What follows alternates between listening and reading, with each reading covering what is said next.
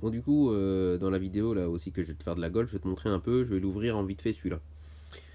Je vais l'ouvrir pour voir si on peut apercevoir tu sais, le fameux joint de culasse ou autre, tu vois. Donc on va ouvrir le bloc ensemble et puis on va voir ce que ça donne. Et donc je me suis amusé aussi à le caler, tu vois. Et donc je sais pas, je pense que tu as dû voir pas mal de tutos pour caler une distrib. Mais en gros pour caler une distrib, tiens je vais te montrer, je suis en train de voir un petit truc d'ailleurs, tu vois. Et tu vas me dire si après, toi aussi tu le savais ou pas. Bon on va voir après. En tout cas, donc pour caler une distrib, en fait, tu as deux repères. Ah, trois avec le volant moteur, mais là, en l'occurrence, il n'y a plus de volant moteur. Donc on va partir sur ces deux ici. Le premier, il est là.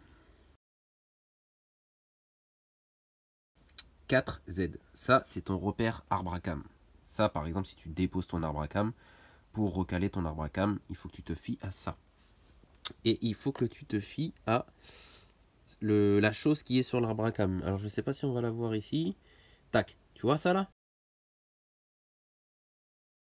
J'essaie de te mettre une flèche. Voilà, ça là, tu vois, ça, c'est ton repère d'arbre à cam. Tu sais, c'est les trucs qui sont là, comme ça, voilà, tu vois, c'est ça. Pour régler l'avance, etc., etc., tu vois. C'est comme je t'avais montré sur une des vidéos, si tu suis bien.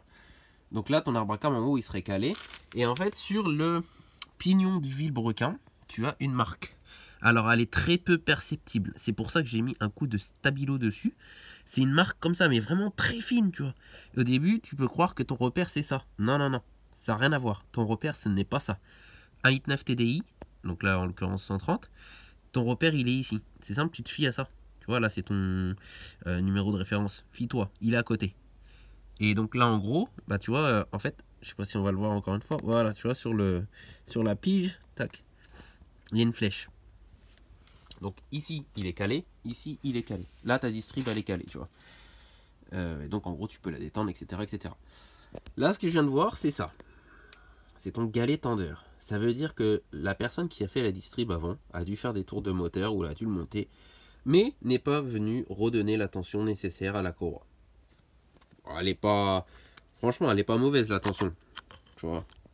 Baf, vite fait. De toute façon, on s'en fout, il avait le cancer le bloc. Mais en gros, pour te dire, tu vois, ça là, cette petite truc ici, elle doit se trouver ici. Donc en gros, quand tu as mis ton galet, tu viens avec une petite pince ici, tu sais, les cercoliers là, ou toute autre chose que tu veux, tu vois. Là, il y a même une empreinte pour mettre une clé Allen, par exemple, tu vois. Donc, attends que je te dis pas une bêtise. Hop là, tu vois. Tac, tu mets ton cliquet ici. C'est pas mal, ça, franchement, c'est pas mal, tu vois. Et donc, il faudra que tu desserres ici, tu vois, et tu reviens redonner ta tension, comme ça, c'est dans le sens horaire des aiguilles d'une montre.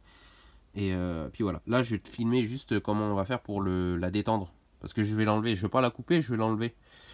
Tout simplement, tu sais pourquoi? Parce que j'aime bien garder un peu la manip. Tu vois, tu le gardes en soi. Enfin, je veux dire, c'est un moteur test. Tu vois ce que je veux dire? Donc, bah là, vas-y, je vais garder la manip de faire la distrib, tu vois. Comme ça, au moins, je sais comment ça se passe, comment il faut faire et tout. Tu l'oublies pas, tu vois. Et il y a des petits trucs tout bêtes que comme ça, tu t'oublies pas, tu vois. Donc, bah vas-y, on va faire ça. De toute façon, la culasse, pour la défaire, il y a que 6, 7, 8 8 là. Je sais plus, c'est les vis de culasse. Et puis après, c'est bon, il n'y a plus rien dessus. Tu as un sens ici, t'as une flèche. Pour te dire qu'en gros, ton galet se tend comme ça. Tu vois le délire ou pas? Voilà. Donc, tu vois, la tapis, j'allais rentrer à fond.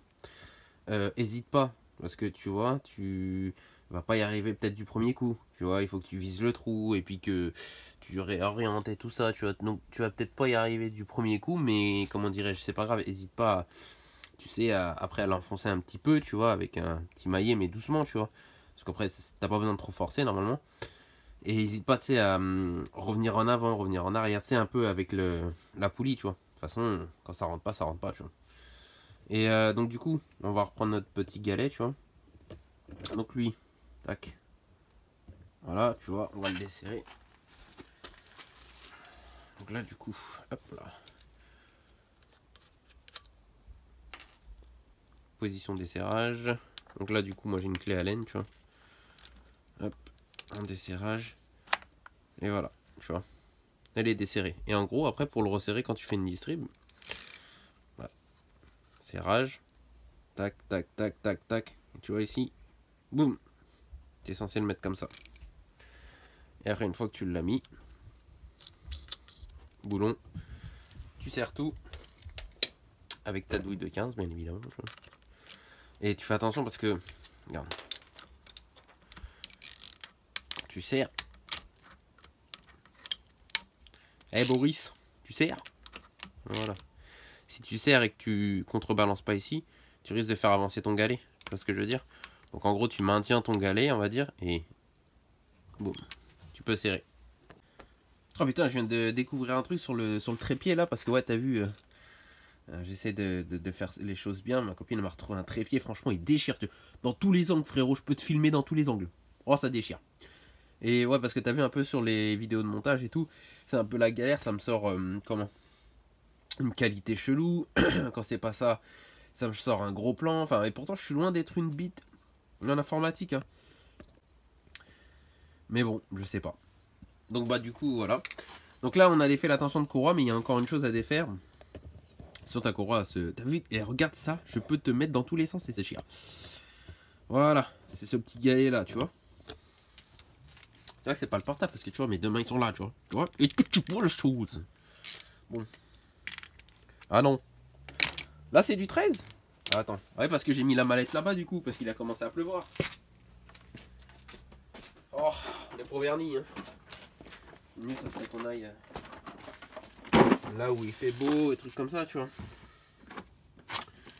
Ah, par exemple, à la Réunionnais, enfin, à la Réunion, les trucs comme ça, j'ai vu qu'il y avait un peu de personnes de là-bas qui suivaient mes vidéos, c'est cool, tu vois. D'ailleurs, j'en profite aussi pour remercier tous ceux qui me regardent, et notamment les fidèles. Hein. Donc, je pensais à je pensais à Roby, je pensais à Lionel, je pensais à Mazou TDI, et désolé si j'en oublie encore, mais en tout cas, vous les gars, vous déchirez. Donc voilà, t'as défait ton... Tu vois, ça c'est un truc à changer dans la distrib. Bah je veux dire, ça fait partie. Bah lui, il a pas de jeu, il est bien. Ah, un cross. Enfin bref. Donc là, du coup, tu vois que ta tension de courroie, du coup, elle est moindre. Et là, on va pouvoir, si tu veux, aller défaire la courroie. Enfin, défaire la courroie est un bien grand mot, tu vois. Mais on va pouvoir lui enlever un peu de jeu. Tac. On va prendre un petit truc. Regarde ça, j'ai toujours cru que c'était de la Contitech d'origine. Là, on voit bien que c'est Dayco. D'accord avec moi? Made in Italy. Badge Volkswagen. Audi. Je peux te dire que... Mais j'aurais jamais pensé. Donc en gros, bah tu vois. Donc là, tu vois, c'est la date à laquelle elle avait été faite. Le 25/04/2019. Et après, je crois que j'avais vu un numéro de référence quelque part là-dessus. Tac, tac, tac. Bah ouais, ça va être ça. Merde. Tac, ici. Day 038 109 119S. Tu vois? Ou alors 2X machin. Ça, c'est une référence. Si je te dis pas de bêtises. Hein. Mais voilà. Putain, elle était pas vieille. 25/04/09. Et c'est de la Dayco. Bon, possible, elle n'est pas de 2019, c'est moi qui me trompe sur la date.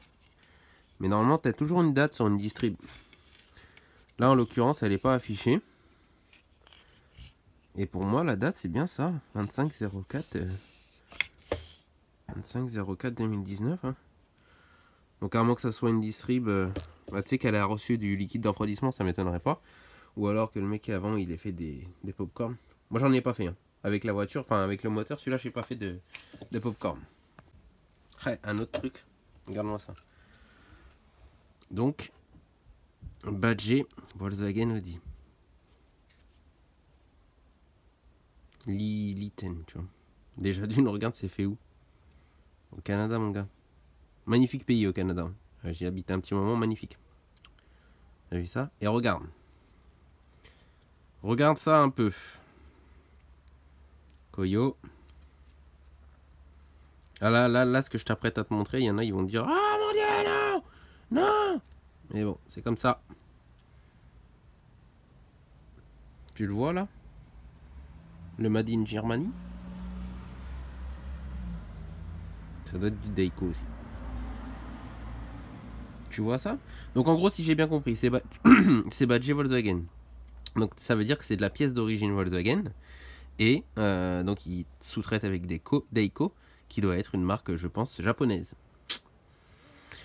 De toute façon, c'est comme ça. Hein. Même sur les japonaises, des trucs comme ça, vous avez des pièces allemandes. Hein. Bosch, etc., etc. Voilà, voilà. Je te mens pas, regarde, il y a même un numéro de référence.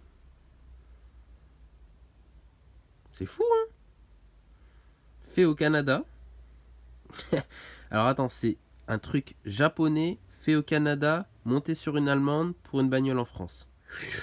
Eh ben putain, il y en a. Celle-là, c'est fait. Voilà quoi, tu vois.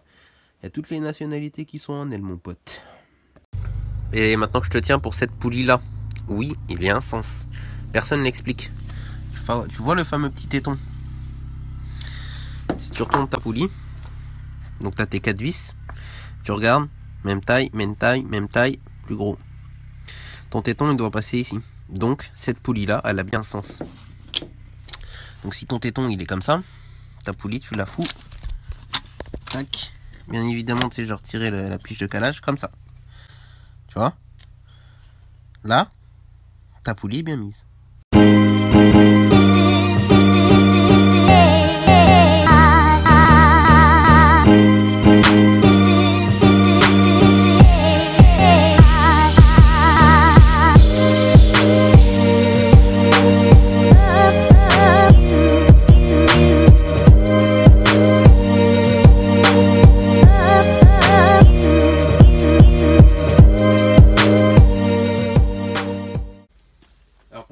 La dernière, tout simplement que elle a une odeur. Elle a une odeur et quand tu regardes comparé aux autres, quand tu regardes les autres, attends, j'essaie de te montrer. Toutes celles-là sont plutôt clean. Tu vois ce que je veux dire? Et celle-là, elle est gorgée d'huile. Enfin, tu vois, elle est sale.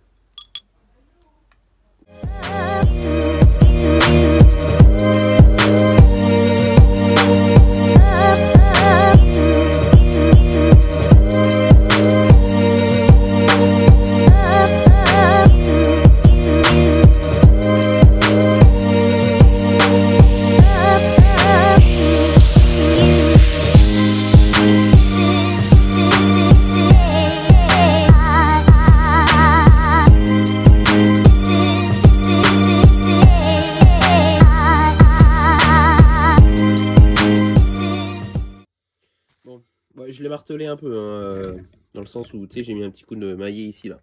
Boum, boum, pour la faire. Mais je filme en même temps.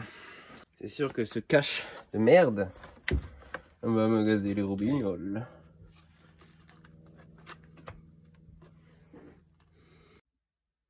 Du coup, j'ai voulu retirer le cache, mais tu vois, j'ai été trop brut. Je l'ai pété. Ouais, mais sur le coup, ça m'a énervé. Bon.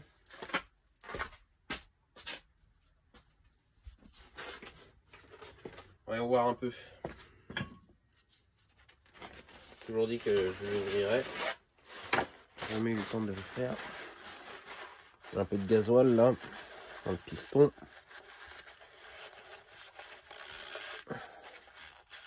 Après, tu sais, c'est possible qu'on le voit pas. Hein. Tu sais, les joints de culasse. Il suffit que ce soit bas moteur ou je sais pas quoi. Tu sais, tu n'arriveras pas à le voir.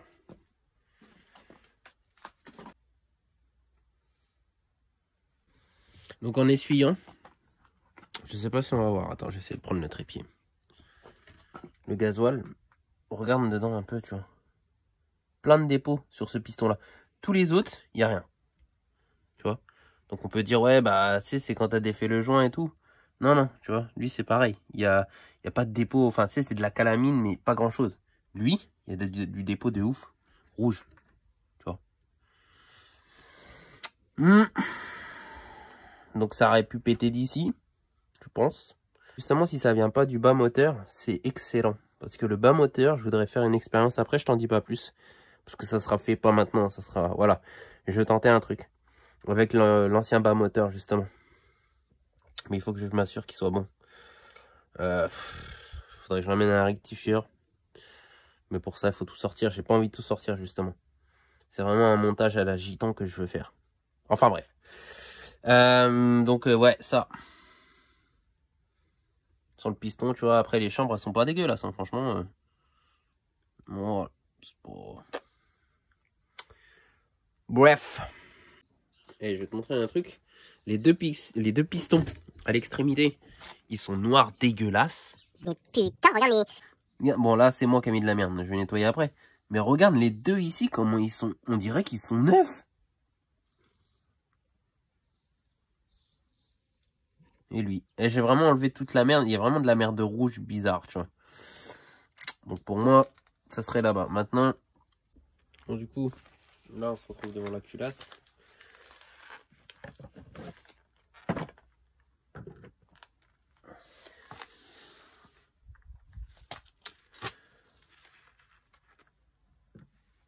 J'essaie de... Tac. Je regarde en même temps avec toi, frérot. Il va falloir que tu zoomes pour moi. Si je te si je l'ai pas fait. Et en fait, ça correspondrait, si tu veux, un peu au fait que les durites gonflées venaient de là-bas, tu sais. Et que c'est sur ce piston-là que l'on retrouve les dépôts bizarres. Ouais, pour moi, ça a calanché de là-bas. Maintenant, il faut juste voir si ça vient de la culasse ou pas. Malheureusement, la culasse, tu pourras jamais voir. Là, il y a un accro, je sais pas si c'est moi qui l'a fait ou si ça y était déjà, tu vois. Je te dirais que ça peut pas être moi. Ah, on aurait peut-être trouvé. Je dirais que ça peut pas être moi. Attends, je vais prendre un chiffon. Bah, à première vue, c'est compliqué, frérot. À première vue, voilà, je vois pas où est-ce que ça se serait... Tu vois.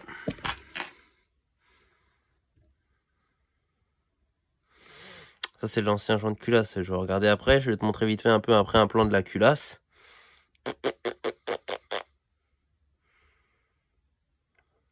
Juste là, il y a des dépôts bizarres. Je sais pas si c'est quand on a défait la culasse ou quoi, parce que les autres, ils ont rien. Mais il y a juste là où il y a des dépôts bizarres. Bon, bah, frérot, on a trouvé. Je sais pas si tu vas arriver à voir et si je vais arriver à te le montrer, mais ici, en fait, la culasse, je vais te la rapprocher après, tu vois. Mais ici, la culasse, là, tu vois, elle est abîmée. Elle est marquée. Et c'est suffisant pour moi. Parce qu'en plus, t'as vu, elle va se mettre dans le plan de joint. Et c'est pas moi qui a pu l'abîmer parce que la culasse, avant de toucher quoi que ce soit de ça, quand elle était posée, elle se pose sur genre les bougies, elle se pose sur autre chose, tu vois.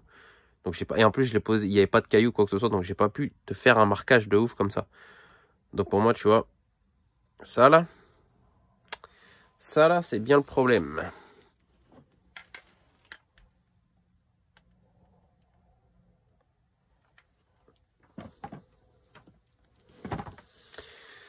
Parce qu'en plus, ouais, la culasse, je l'avais posée comme ça, donc ouais.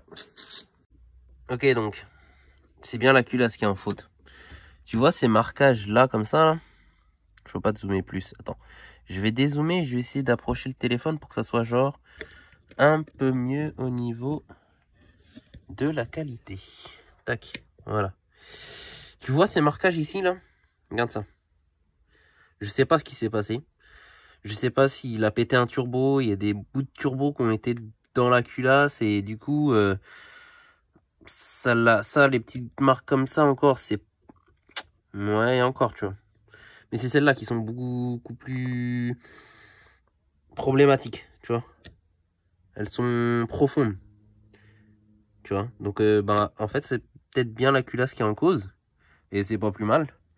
Parce que ça veut dire que le bas moteur, je peux le garder. Mais ouais, ça là, comme ça là, ça sur une culasse, mon gars, c'est pas bon. Je veux dire, c'est bon, tu peux rectifier ta culasse. Je pense pas qu'elle soit morte, mais bon. Donc pour moi, ouais, le problème venait bien d'ici. Donc je ne suis pas fou.